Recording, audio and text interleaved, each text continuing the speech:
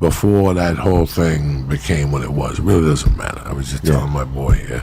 I bumped into him nice one time. He was a fucking gentleman. No, he's a good guy. He don't mind taking pictures for the fans.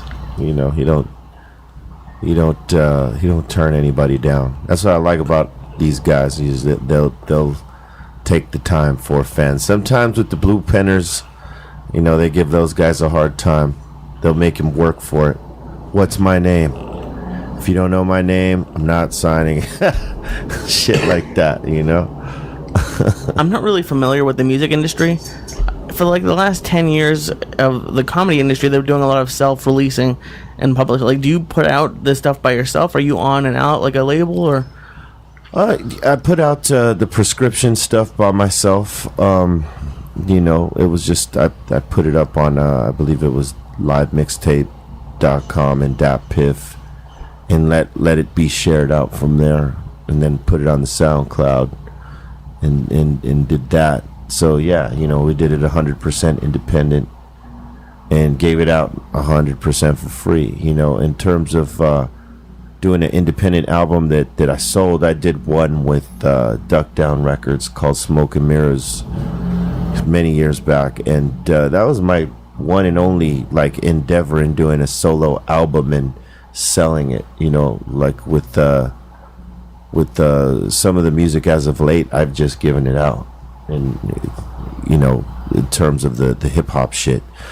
But I figured, you know, man, I've been in the game for 25 years, and at the time I was doing these mixtape, or this particular mixtape, which was called The Prescription. It wasn't even a mixtape, it was an album. I just gave it out for free.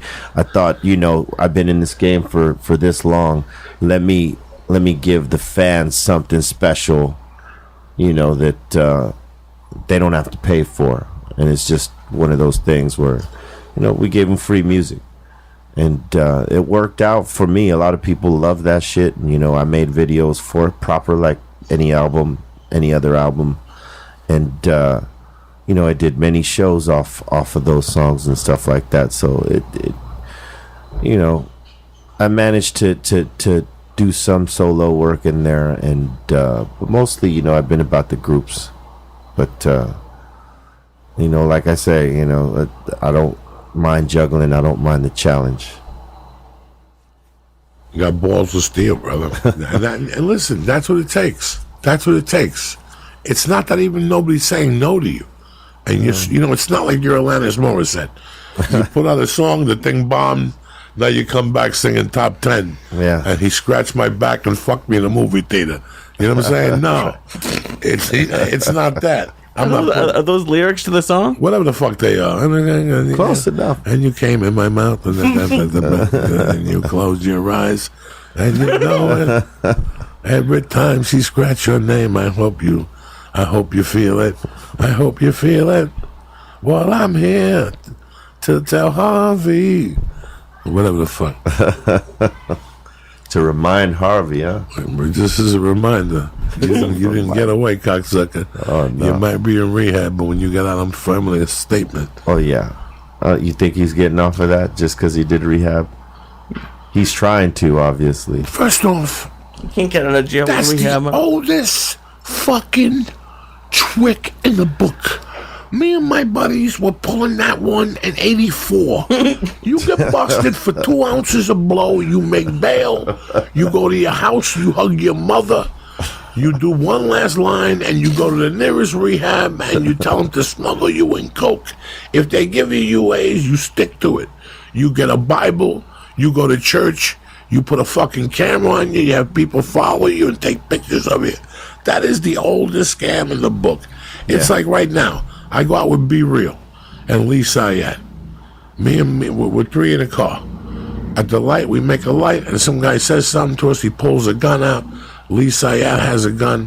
He shoots a guy dead. The guy shoots Be Real in the leg. I take the gun from Lee. I shoot another guy dead. Guess what happens? I fake a heart attack. I don't know nothing until us 3 can get our stories together. You know what I'm saying? And you fake, yeah. What about that scene from Boogie Nights? Which one? With the guy. I'm not going crazy, am I? The guy who ran the stereo store. Oh, yeah. You fake a heart attack for 3 He took days. the money and just ran. You always fake a heart attack, and it gives you 72 hours to come up with the thing. Your attorney sits at the door, and I call Be Real on the bat phone. Not the line, but the Yeah, bat phone. And then Be Real tells me, no, I shot the guy. The guy's got your fingerprints. And then I come back, and I don't know nothing. Be Real got shot, and he fell on me. And I was holding the gun. The gun must have gotten fired. But before the cops came, I put alcohol on my hand to eliminate the Illuminati. You know, you always, they go into they do the obvious, which makes them seem even more. I mean, he's buried. He's done. He's done because he left a trail of paperwork. Right. He's left a horrible trail of paperwork. He did destruction that's undestructible, but it's the way of the world. You play with fire. You know what I'm saying? If you follow me, dog? Yeah. You did this the old American way. A lot of people come here, they're naive, they team up with somebody. Next thing you know, they're telling you, yo, dog, to be in this rap group, you got to carry a key over to Denver. To be part of our fucking Swami Salami team. A fucking, It's crazy what happens in this industry to people. It's a shame what happened to those girls. I also want the name of the agents that sent them over there. Yeah. Because they knew what was crack-a-lack, and they knew this guy was going to open up the door with a robe and a bowl of strawberries. All them motherfuckers knew about him. Yes, they did. So they can all be guilty of the same shit. Not saying something. You talked about him at the beginning of the podcast. What about the mothers who agreed to let Roy Moore date their daughter? That motherfucker wasn't allowed at the mall. You think about that for 10 minutes. You go home tomorrow when you ain't thinking about your children or what's important. Go, wait a second. I'm 40-something years old. I'm a grown man. Nobody's ever thrown me out of a fucking mall. And I shoplifted from GNC since the age of 12, right? Everybody's stolen something from GNC. Muscle dick pills, Aloha cream, what is that? Aloha. Nobody gets thrown out of a mall. They made this motherfucker get out of a mall for just abducting little 16-year-old dogs. Waiting on them. 8 of them. Now, here's the other side of the coin. Let me tell you the other side of the coin. Okay, my brother, you're very fortunate. You grew up in Downey? No, pretty much like East LA. So your mother's from La Habana. Yeah. Migrated to California right away. 68. When did she... no stops. No, she escaped. Right, she escaped, and then, 68, you were escaping. Yeah. Via Mexico, or... No, she came in through, it was either the port of Florida or New York, somewhere around there. And then she ended up in California. Yeah, she had a cousin here that came in on the lottery system.